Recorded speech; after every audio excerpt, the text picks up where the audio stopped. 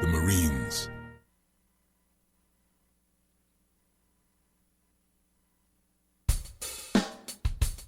You take a seed, you plant it, you grow it, you dry it, you roll it, you smoke it, and it goes down smooth. Hey! Spanning the continent to bring you the truth about cannabis and marijuana law reform. I smoke pot and I like it a lot. The Russ Belville Show, the voice of the marijuana nation. Now, here's your host, Radical Russ Belville. Good day, tokers and tokettes and non-toking lovers of liberty. It is Monday, October 12th, 2015, and it's got to be 420 somewhere in the world. And normally I wouldn't be here speaking to you live on this day, because today is a federal holiday, and we do take the federal holidays off here at the Russ Belville Show. But today is Genocidal Conquering Italian Rapist Torturer Day, so I don't feel like celebrating that. Although here in Portland, Oregon, we have designated it Indigenous Peoples Day, so I decided to split the difference and come in for a radical rant today, but the rest of the show is going to be dedicated to some pre-recorded segments that we got at the Oregon Hemp Convention this weekend, Saturday and Sunday. Took place at the Oregon Expo, or the Portland Expo Center on Marine Drive. It was great because at that same Expo Center, there was also a tattoo convention and there was a dog show. So a very interesting mix of people hanging around the convention center, especially one gentleman who showed up in a yellow t-shirt that proclaimed in very large letters, "Jesus says you're going to hell." And this young man was screaming at people at the hemp convention about what sinners they were and fornicators and other awful language. But just screaming at people who, and many of the people were screaming back at him, but I just kind of sat back there and enjoyed the irony of someone who's a follower of the Nazarene, who had long hair, wore a robe and sandals, preached giving to the poor and supporting the less fortunate, hung out with prostitutes, lepers, and thieves, and never said a word about marijuana, but did believe his dad said something about it on page 1 of the Holy Book, Genesis 1:29. Weird that he'd be there screaming at us for being sinners when there's a tattoo convention just down the block, specifically in violation of Leviticus 19:28. So I just kind of enjoyed the irony of the whole thing. But we got some great short speeches coming up. Zev Pius will be speaking first in the activist agenda, followed by Doug Fine. Of course, you know Doug Fine. He's the author of Hempbound and Too High to Fail, and Zev Pius is the executive director of the National Hemp Association, so you're going to hear plenty about hemp. Then, following the 20 after break, you'll get to hear my speech at the Oregon Hemp Convention, about a 10-minute speech that I gave on how Oregon's statistics are exceeding or meeting the other legal states. Then, in Activist Agenda, we'll hear from Courtney Moran. Courtney Moran is the industrial hemp attorney at Earth Law and the president and founder of the Oregon chapter of the Hemp Industries Association. And then, after the anti-drug public service announcement of the day, I'll be back live for a special exclusive radical rant entitled "Shame on Drug Reformers' Silence on 2015 Marijuana Legalization in Ohio." That's right, folks. We are, as of tomorrow, just 3 weeks away from marijuana possibly being legalized via constitutional amendment in the Buckeye State. You'd think you'd have heard more about that on the news or in the activists' web pages, but alas, everybody's keeping kind of mum on this one. Well, we'll blow the lid off of that in the Radical Rant today. And then Hour 2, Toker Talk Radio, we'll go back to our replays. Actually, no, we'll have we may have some audio for you from the Oregon Hemp Convention. We'll see if we can get that ready for you. All that coming up on the Russ Belville Show for this special, I guess, federal holiday edition. Stupid Columbus Day. You're tuned into the Russ Belville Show, the voice of the marijuana nation. 420 Radio, the activist radio station. I know a thing or two about drug dealers. They'll sell anything, anywhere, to anyone. They don't check IDs. They don't care what's in the poison they push. They control the streets. Failing to reform marijuana laws means the drug dealers win. They stay in business, and we surrender our streets. It's time for responsible reform to legalize, regulate, and control marijuana. So we're in charge, not the criminals. Vote yes on 3. Imagine life without taxes. Let New Era Certified Public Accountants, NewEraCPAs.com, handle your Cannabusiness 280E and tax strategy.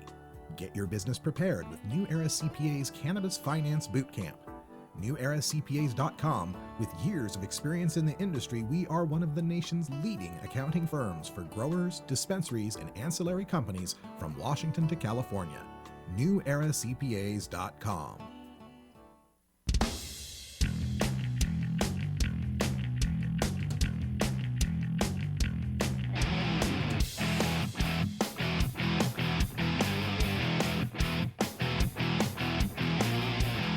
Activism begins with ACT.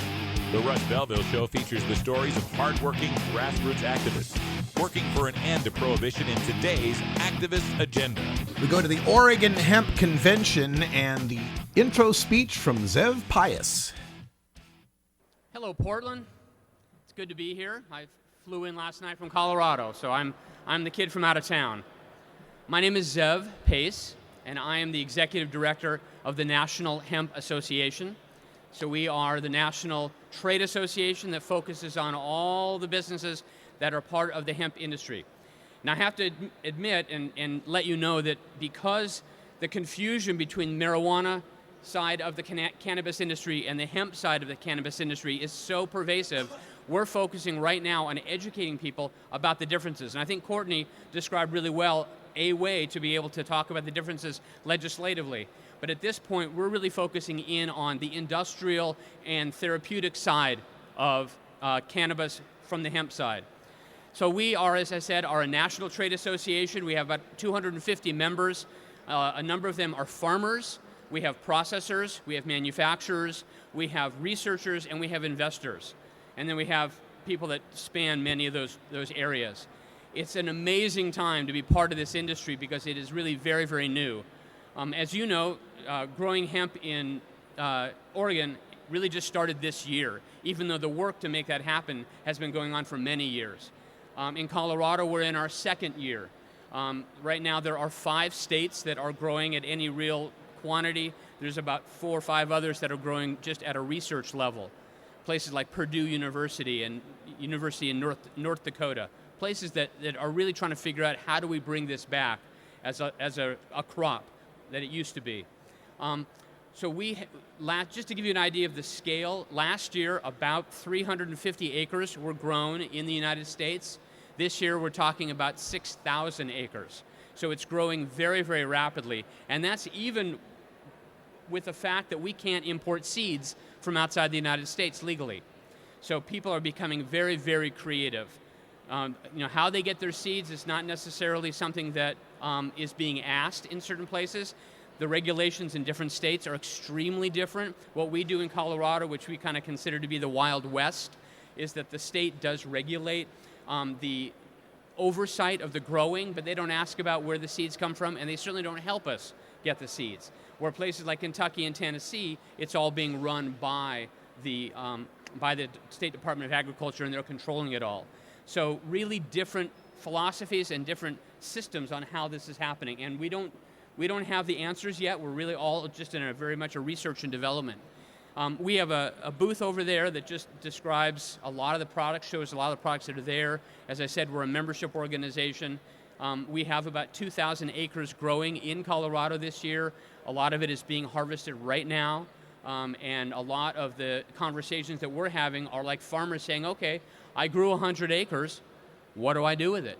Where are my buyers? So we're beginning to bring those people together. And I'm being introduced to innovative entrepreneurs and inventors every single day who are coming up with all sorts of amazing things. Everything from figuring out how to make supercapacitors from the fiber to clothing, to non-mechanical decortication that takes the fiber off of the stalk, people that are creating construction materials, grinding up the material to make lignans and sugars, and we're going to be seeing alcohol and medicines and different kinds of things. So we're really at the very, very beginning of this process. It's very exciting, and I'm glad to have you all here to be part of this. So thank you very much. Please come visit me over there. The Russ Belville Show, where the truth about marijuana gets more than a minute to speak. I just want to say that a blessing here on the harvest, first of all, of the overall Oregon crop.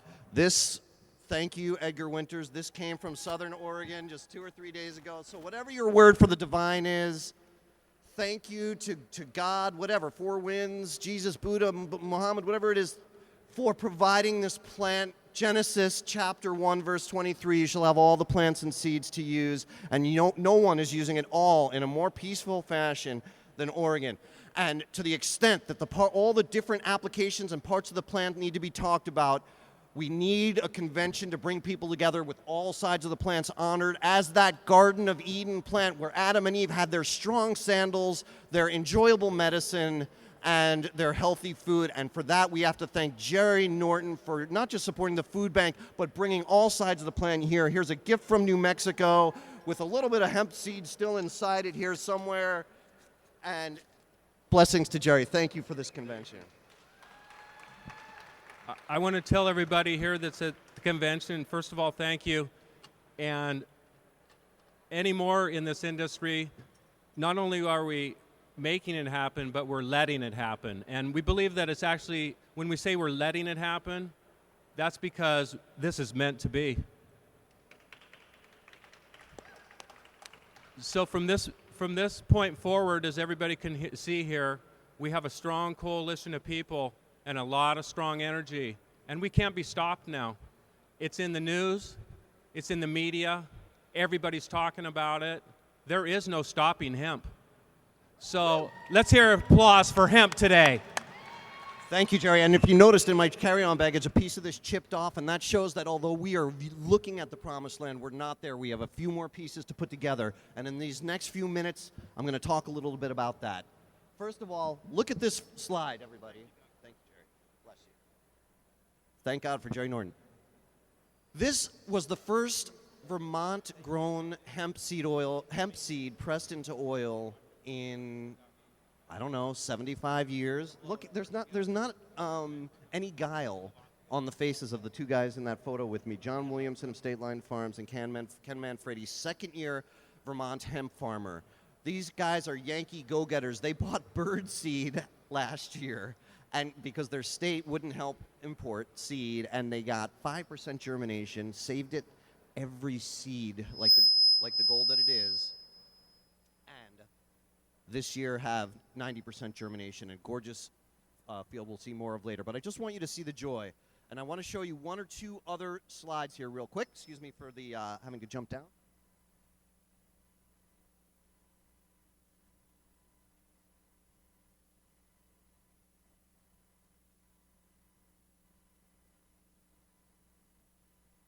I don't know if you can see the worm in that slide, but the number one thing we can do to combat climate change.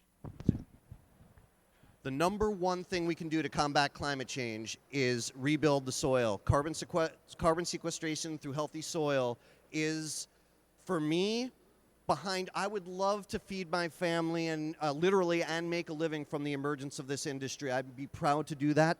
But what it comes down to is humanity's future and carbon sequestration and regenerative industry. You here in Oregon are so many miles ahead of where I usually have to start at this point in a talk, because Oregon understands about God's sun and soil and outdoor cultivation and soil microbiology. You're leaps and bounds ahead. All we have to do is learn how to get along politically and economically as we launch the industry here in Oregon.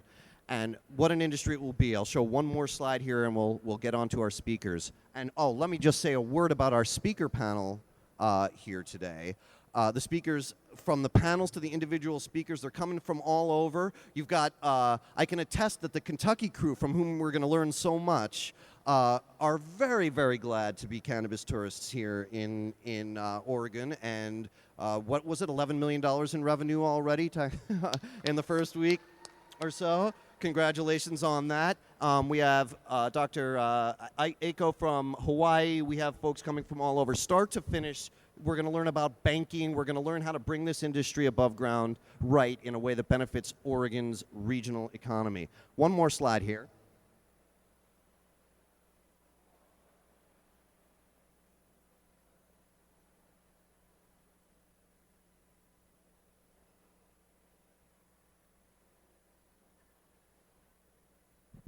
Does anybody know who that is with me in that picture?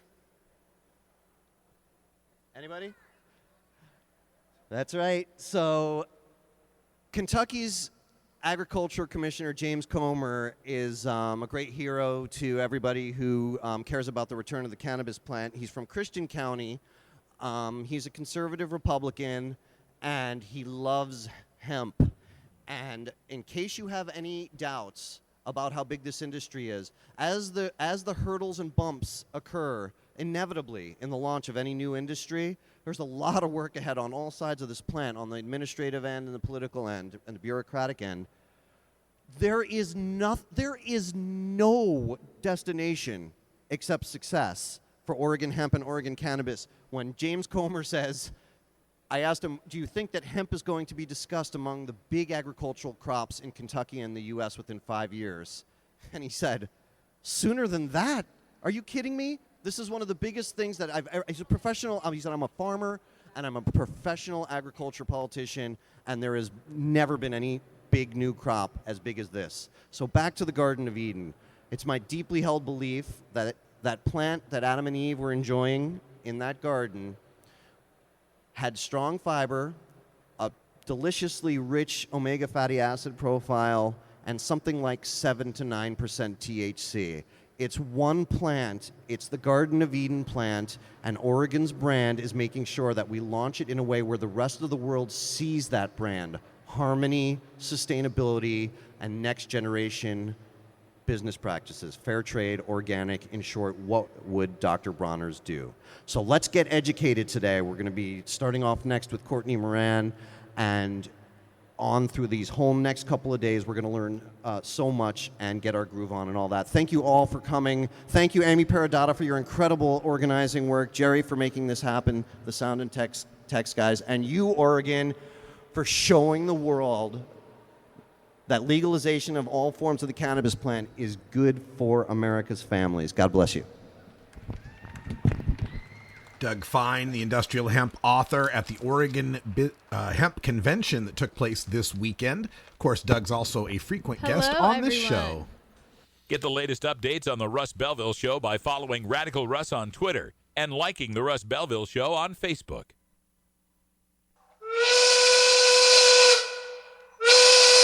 All we want to do is pump you up. All right. On this federal holiday, that's our 4:20 break for the folks in the mountain time zone.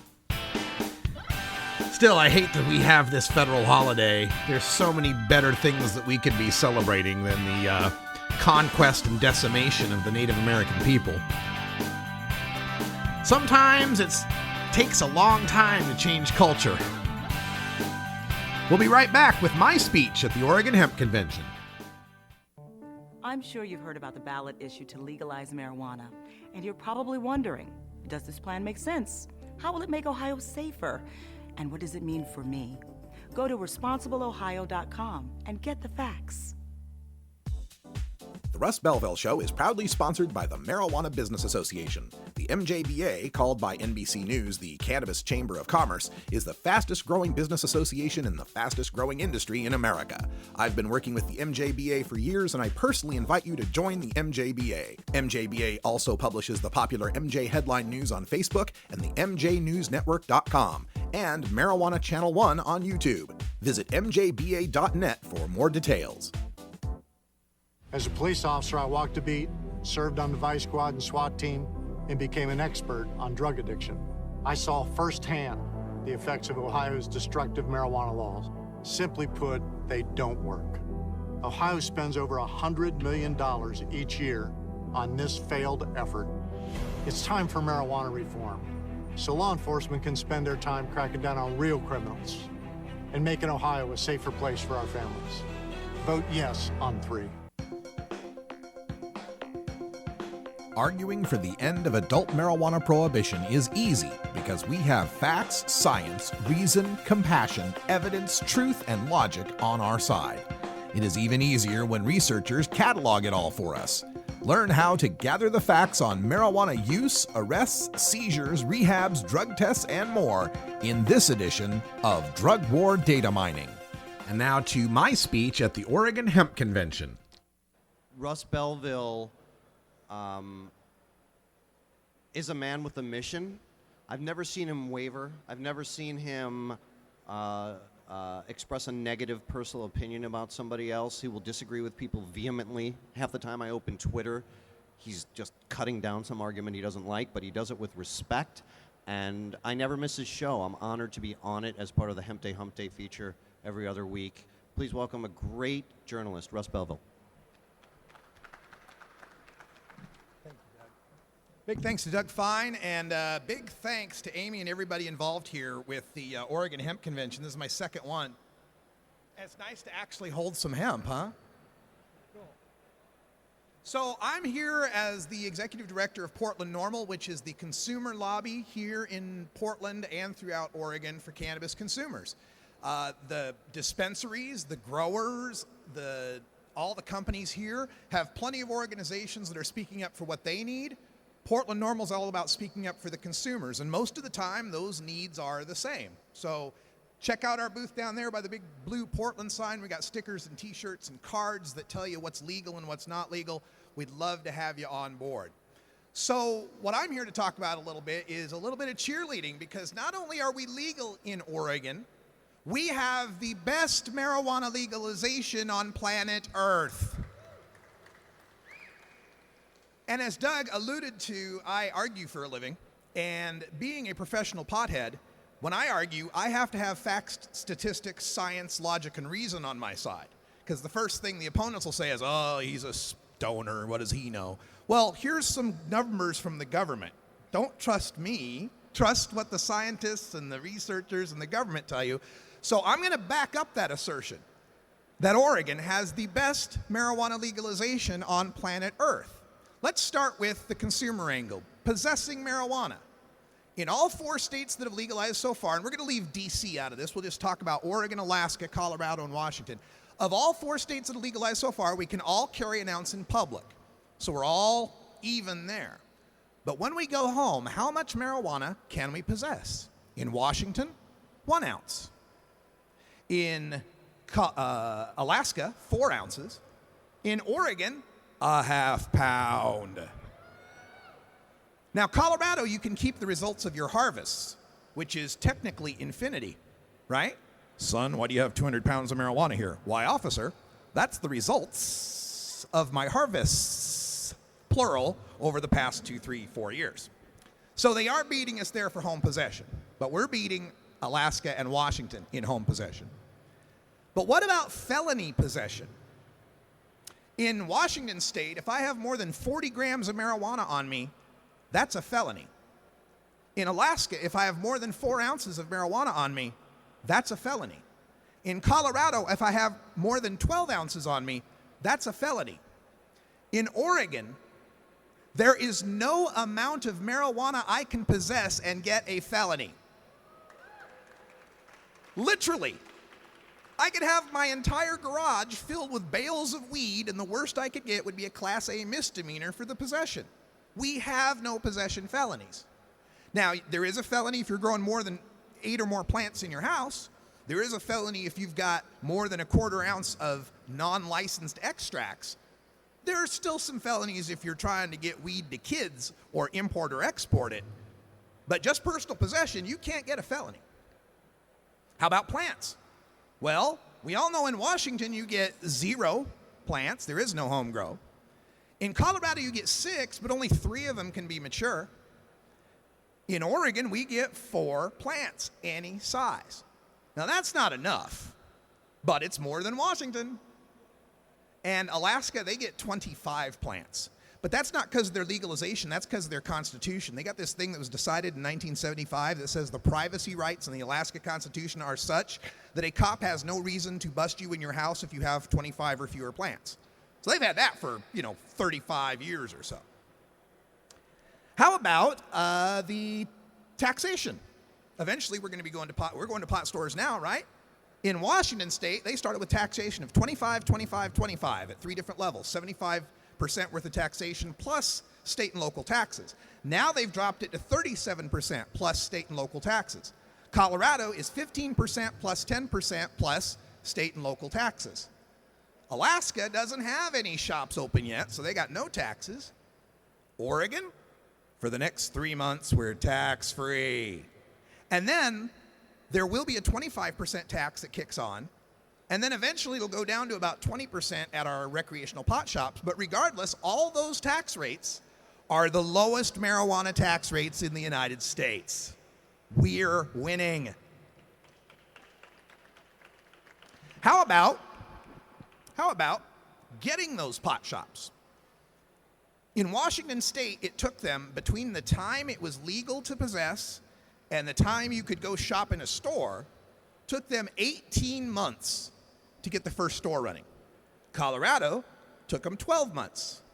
Alaska still doesn't have stores, and for us, took us 3 months to go from legal to stores. We are winning. How about how many stores were there? In the first week of sales in Washington State, there were 4 stores. In the first week of sales in Colorado, there were 20 stores. There haven't been any sales in Alaska yet. And as you know, the first week of sales in Oregon, we had 249 stores. We are winning. How about how well those stores did? In the first month of sales in Washington, they made $2 million. In the first week of sales in Colorado, they made $5 million. In the first day of sales in Oregon, we made $3.5 million, and in the first week, made $11 million in sales. We are winning. Now, while we are winning, there are some strange things that we still need to pay attention to. This fight isn't over because when I say we are winning, mostly I'm saying those of us in Western Oregon are winning. About 2/3 of the landmass of the state of Oregon are places that are not going to have pot shops. So I did some research on this. I made a map to find out where are all the pot shops in Oregon, and it turns out all but 22 of the pot shops in Oregon selling to recreational consumers are located west of the Cascade Mountains. In fact, 91% of all pot shops in Oregon are within 65 miles of Interstate 5. Think about that. We have this little strip running down Western Oregon, and that's where all the pot shops are.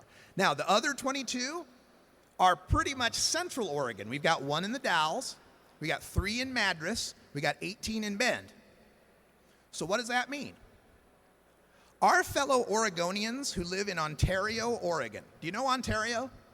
I'm originally from Nampa, Idaho, which is by Boise. It's 35 miles across the border into Idaho.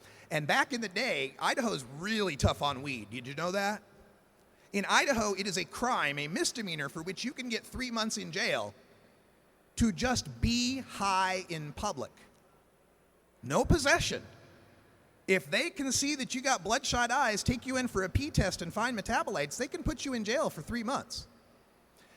Their paraphernalia laws are also draconian. I know a woman in Idaho, a student at Idaho State University, who did 15 days in jail because she got caught in a dorm room, and in her friend's dorm room there was a bong, a brand new bong with no water in it that had never ever been smoked, and there was no weed in the house whatsoever, but because she was frequenting a place where known drug activity is occurring, she got 15 days in jail between Christmas and New Year's.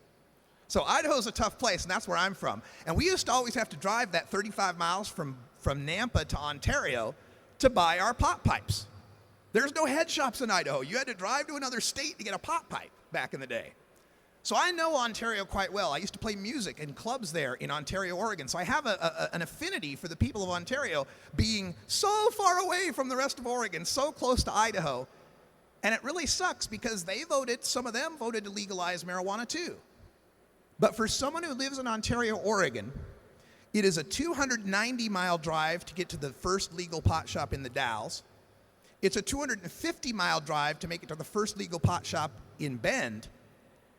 It's a 247-mile drive to drive up US 95 in Idaho to get to the first legal pot shop in Clarkston, Washington.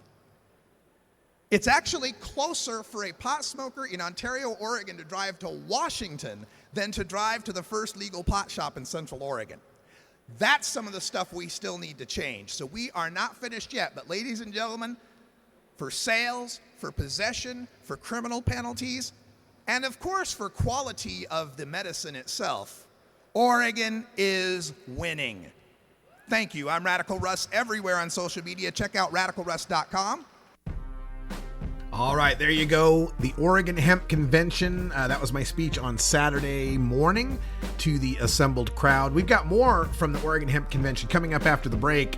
Courtney Moran will be speaking, and then you'll get the anti-drug public service announcement of the day, followed by my radical rant. Shame on drug reformers' silence on 2015 marijuana legalization in Ohio. You know they're voting to legalize marijuana in Ohio, didn't you? You wouldn't know it from the drug reform orgs. Stay tuned.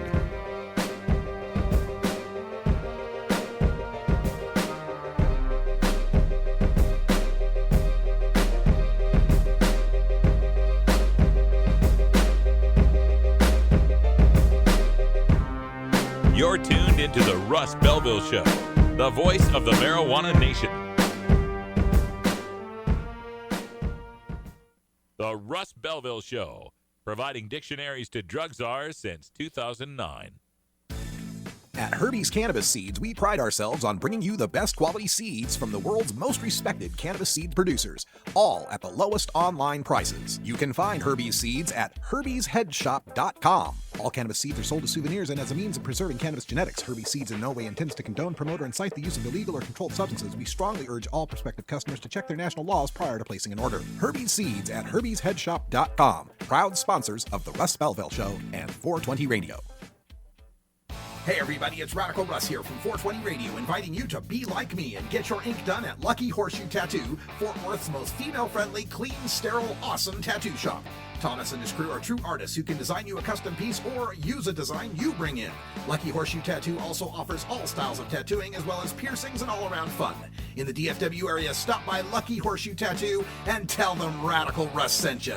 Trust me, it'll feel awesome.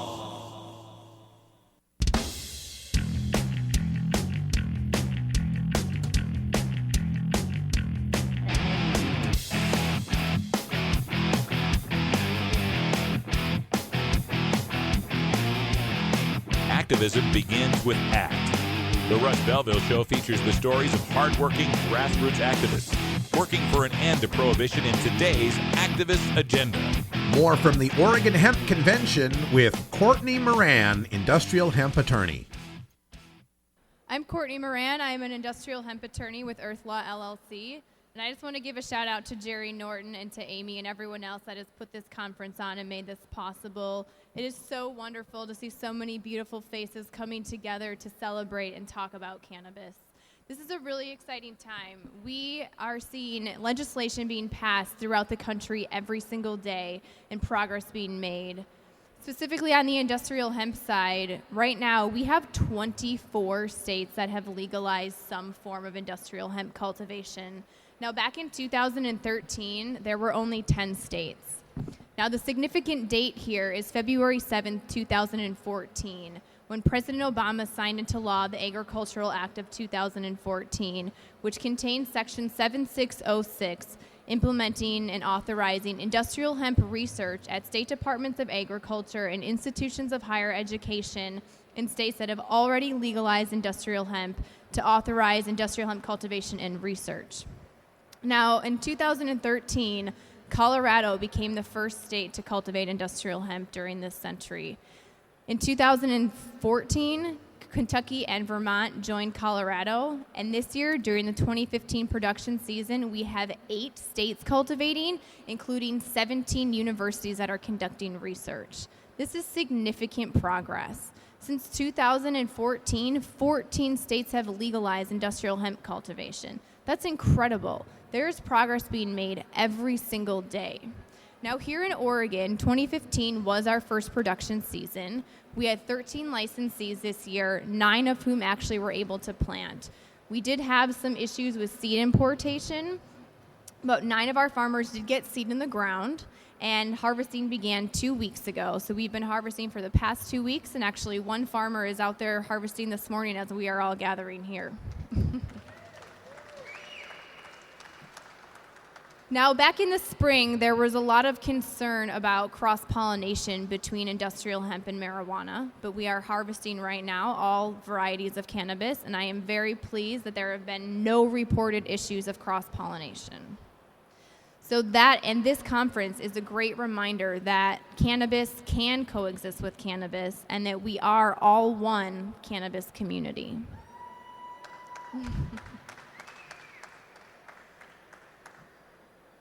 Now, we are all here together in a very unique historical time. We are building an industry, and we need to be very careful and conscious of what we are doing as we're doing this, and that we need to not only be resolving the problems that were created through prohibition, but to also be forward-thinking and implement regulations that will provide for an industry the way that we all want to see it, an industry that's sustainable and an industry that will thrive.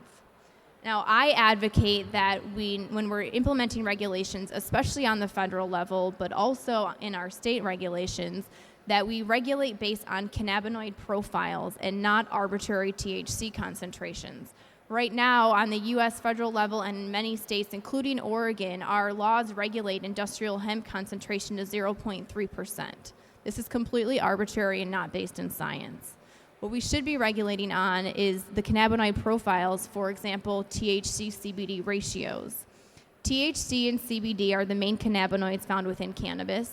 THC is psychoactive, while CBD is non-psychoactive or non-euphoric psychoactive. So if we're looking at psychoactivity, we're looking at the relationship between THC and CBD within the plant, or the THC-CBD ratio. If we have a plant that has a THC-CBD ratio of greater than 1, meaning there's more THC than CBD within the plant, it is psychoactive and it is marijuana. If we have a plant that has a THC-CBD ratio of less than 1, meaning there is more CBD than psychoactive THC within the plant, it is non-psychoactive and it is industrial hemp. So if we begin to regulate based on these cannabinoid profiles, these regulations will be able to provide for all uses of the cannabis plant, true industrial uses, therapeutic uses, and recreational or adult uses.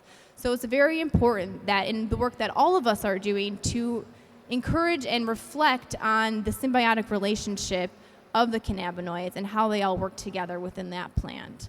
Now, that being said, I also encourage us all to remember the value of the community that we have built and that we are all a part of. We can and we will do this together.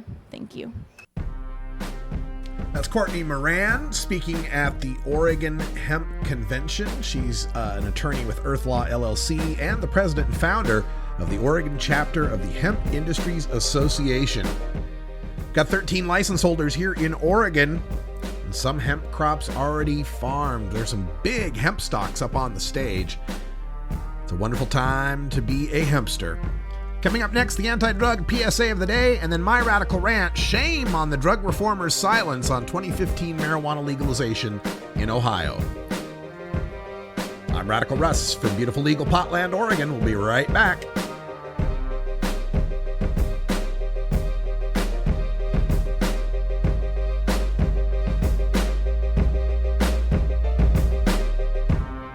You're tuned into the Russ Belville Show, the voice of the marijuana nation. The Russ Belville Show is blogging and podcasting daily at radicalruss.com.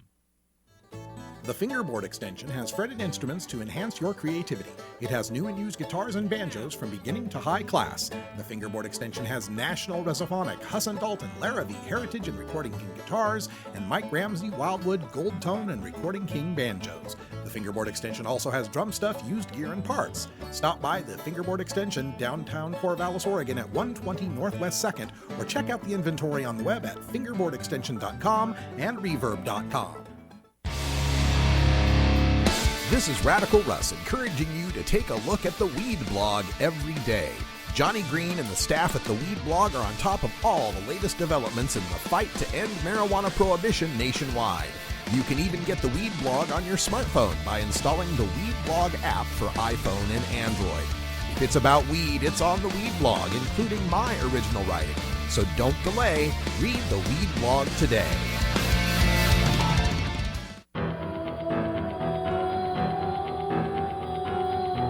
In the interest of fair and balanced journalism, the Russ Belville Show presents the anti-drug public service announcement of the day.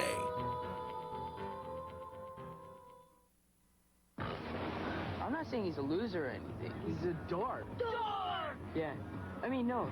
We're not like, we're having fun being cool, and he's just into different stuff.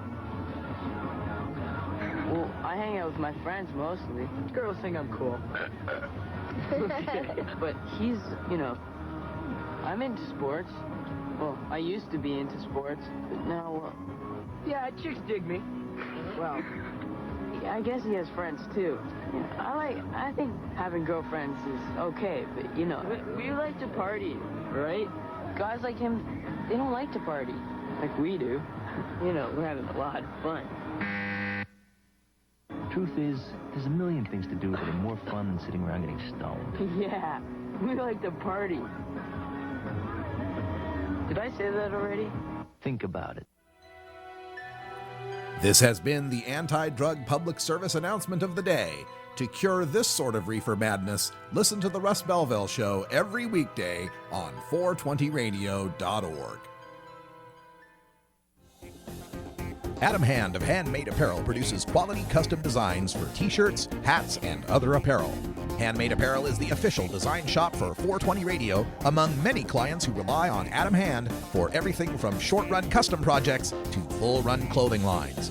Visit handmadeapparel.biz to browse the selection of handmade gear or to get a personal quote for your own designs. Handmade Apparel, a proud supporter of 420radio.org.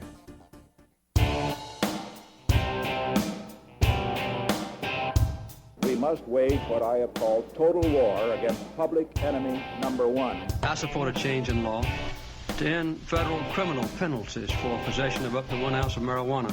That marijuana, pot, grass, whatever you want to call it, is probably the most dangerous drug. Some think there won't be room for them in jail.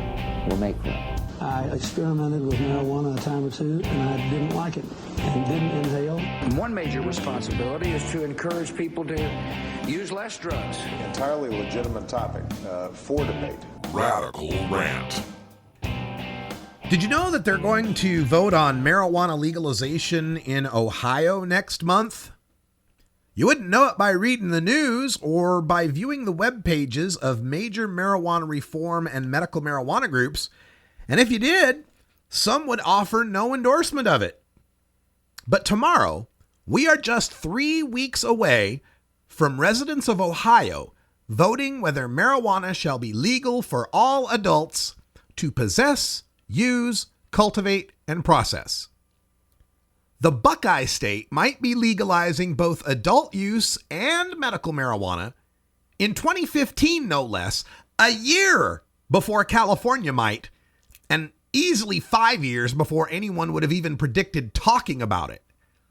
Why isn't every drug law reform group making their get out the vote push and shouting it from the rooftops?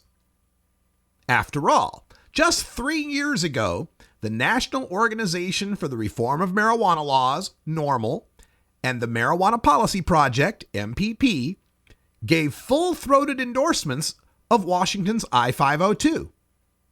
The Drug Policy Alliance, DPA, funded most of I-502. That imperfect marijuana legalization initiative retained possession felonies at over 40 grams, retained criminal penalties for personal cultivation, and instituted a junk science 5 nanogram per se DUID limit that all three groups vehemently oppose. This week in 2012, NORML's webpage featured an above-the-fold slide highlighting the former law enforcement officials who appeared in 2 TV commercials in support of Washington's upcoming legalization vote. But NORML made no reference that I can find to 2 TV commercials featuring a retired former Cincinnati police captain supporting Ohio's legalization next month. In fact, late-night comedy host Stephen Colbert has given more attention to legalization in Ohio than any of the major marijuana legalization organizations. NORML's mentions of a marijuana legalization vote imminent in Ohio included founder Keith Stroup's July blog on the issue, where he leads with the critics' opposition to the initiative, offers some context versus other legalization plans, then gives a half-hearted assurance that NORML will likely endorse the initiative. Then, in September, NORML announced its endorsement of 2015 marijuana legalization in Ohio as, quote, a bitter pill to swallow, end quote, because it is an, quote, investor-driven initiative, end quote. Well, that hardly makes you want to run to the polls and vote yes, does it? Not like NORML's endorsement of I-502 in 2012, which promised, quote, for the next 9 months, National NORML and its dozen in-state chapters will provide logistical, strategic, communication, and fundraising support for Initiative 502, end quote.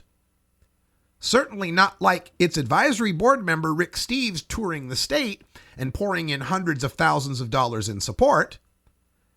In 2015, not only is National NORML barely tepidly supporting legalization in Ohio, their Ohio NORML affiliate is openly fighting against 2015 marijuana legalization in Ohio.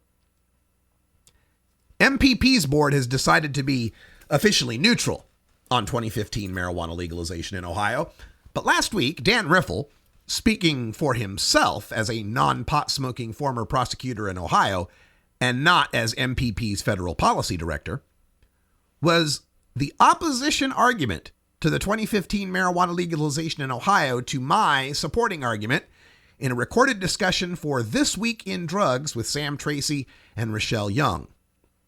I'm sure the listeners will appreciate the nuance that Riffle's not speaking for the neutral MPP.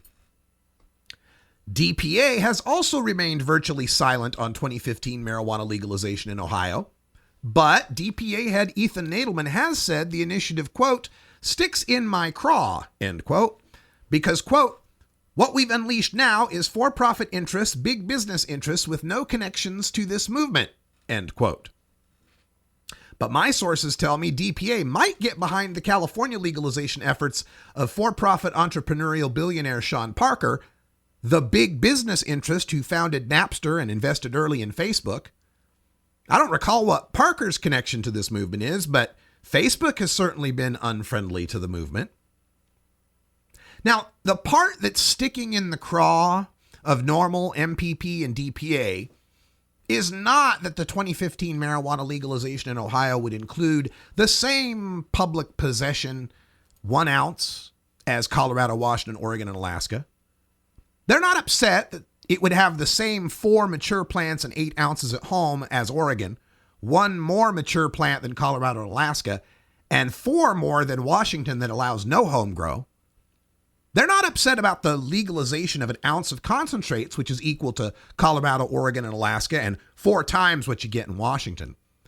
They're not upset about the same type of legal pot shops that you could shop in and own, and there being potentially more in Ohio than in Colorado, Washington, Oregon, and Alaska combined. They're not bothered by having the same type of testing and processing facilities that a person could own to protect the public's well-being and the consumer's interests. They're not bothered by the establishment of a medical marijuana program that meets or exceeds those in Colorado, Washington, Oregon, and Alaska, especially in that it's the only one that would protect medical marijuana patients to use medical marijuana at work. And they're not bothered by the taxes that are roughly between what Colorado and Washington have established. The big 3 drug reform organizations are perfectly happy with those parts of 2015 marijuana legalization in Ohio. It's the grow part they don't like. The 2015 marijuana legalization in Ohio designates 10 plots of land totaling over 13 million square feet as the only places legal commercial cannabis growth, cultivation, and extraction can take place. Those 10 plots are owned by the 10 investment groups that have sunk $2 million each into this legalization campaign. $2 million? Hey, that's a lot of money. To the reform organizations that have passed prior legalization laws, thanks to the largesse of 3 philanthropic billionaires, Peter Lewis, John Sperling, and George Soros, this legalization plan amounts to an oligopolistic money grab that limits commercial cannabis cultivation land to just a few rich people. Their opposition to a few rich people controlling growing, though, shouldn't be confused with the medical marijuana laws eagerly supported by these same drug reform orgs. Laws like Connecticut's that only allow a maximum of 10 growers. 10 growers? You mean like Ohio? And require a $25,000 non-refundable application fee and proof of $2 million in escrow. $2 million? Why, that's a lot of money. Or New Jersey's law that allows only 6 growers. Or New York's that allows only 5 growers. Or New Hampshire's that allows only 4 growers. Or Minnesota's that allows only 2 growers. For some reason, a handful of wealthy people getting rich selling marijuana, or non-smokable marijuana products in Minnesota and New York, for some reason that handful of wealthy people getting rich selling to patients isn't reason enough for the marijuana law reform organizations to avoid promoting or to outright oppose those laws. And Ohio's grow oligopoly isn't even as restrictive as those 5 medical marijuana states. While those states limit medical marijuana cultivation specifically to the holders of 10, 6, 5, 4, or 2 licenses, Ohio is limiting cultivation to 10 already owned plots of land. There is no limitation on how many licensed growers may be cultivating those 13 million square feet of land. Already, the owner of the Licking County property has agreed to lease 15 acres of it for a medical cannabis research facility. The owners of 4 properties have assured the Ohio Rights Group that they will be leasing to multiple artisanal small grows. And that flexibility is confirmed by the amendment itself, which states, quote, "No laws shall prohibit the creation of transferable and recordable legal descriptions or separate tax parcel numbers for any of the grow sites," end quote. It also allows the grow sites to, quote, "expand its structures and related operations to adjacent real property," end quote. And best of all, unlike the licenses issued in other legal states, which can be subject to the whims of state and local lawmakers and regulators, these plots of land are constitutionally protected for the right to cultivate cannabis commercially. Furthermore, after 4 years, if these 13 million square feet of farms aren't producing enough quality cannabis to satisfy demand, the state may open up more land for commercial growing. Then there's the medical marijuana part that you'd think Americans for Safe Access, or ASA, would be trumpeting. Currently in Ohio, under the law, an adult with cancer or a child with epilepsy who needs concentrated cannabis oil can earn a misdemeanor with 30 days in jail for possession of a single gram, or a felony with a year in prison for 2 grams. The initiative Ohioans are voting on in 22 days would legalize possession of a full ounce of such oil. And unlike any of the other 23 medical marijuana states, Ohio would allow, quote, "a patient with a medical marijuana certification to self-administer the medical marijuana in the workplace," end quote. And unlike most of the 15 states that have passed the CBD-only laws, patients would have numerous locations in state to buy it. But strangely, Americans for Safe Access's Ohio advocacy page is silent on the 2015 medical marijuana legalization in Ohio. So to recap, NORML, MPP, and DPA enthusiastically supported Washington's I-502, which retained 40-gram felonies, forbade home cultivation, and established a per se DUID limit so low that medical marijuana patients and frequent adult consumers like me can never legally drive.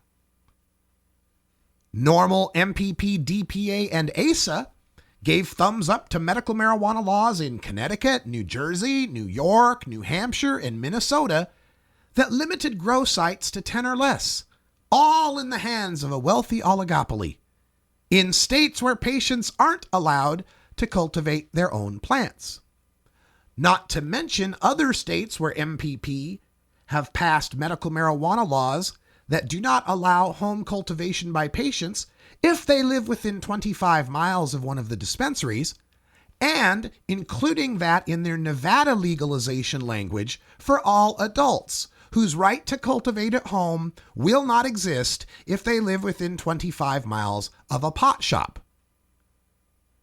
But normal MPP, DPA, and ASA are lukewarm, neutral, or silent on Ohio marijuana legalization that would be superior to Washington's I-502 and superior to the most recent medical marijuana laws where you can't get whole plant medical marijuana, where you can't grow your own medical marijuana, all because the wrong oligopoly gets rich. Since when did the marijuana legalization movement stop being about the civil rights of cannabis consumers to be free from prohibition and start being about the right way to enrich cannabis growers? Because I don't know about you, but my mission for the 10 years that I have been doing this is to end the discrimination and the criminal status of me and my kind, of my friends and my family who are subject to an illogical, unscientific crime against humanity in stealing our hemp heritage, denying our cannabis medicine, and invading our marijuana privacy. Thanks for listening, folks. That's all the time we got for this holiday. What'd they call it? Genocidal Italian Rapist, Murderer, Torturer Day. Thanks for indulging this special edition where I got a chance to get something off my chest that I just had to say. Stay tuned for Hour 2. We've got that panel on Cannabis Legislative Roundup from the Oregon Hemp Convention. Have yourself a nice day off if you got it. And until next time, take care of each other, tokers. This is the Russ Belville Show. The Russ Belville Show is blogging and podcasting daily at radicalruss.com. You plant it, you grow it, you dry it, you roll it, you smoke it. You take a seed, you plant it, you grow it, you dry it, you roll it, you smoke it. You take a seed, you plant it,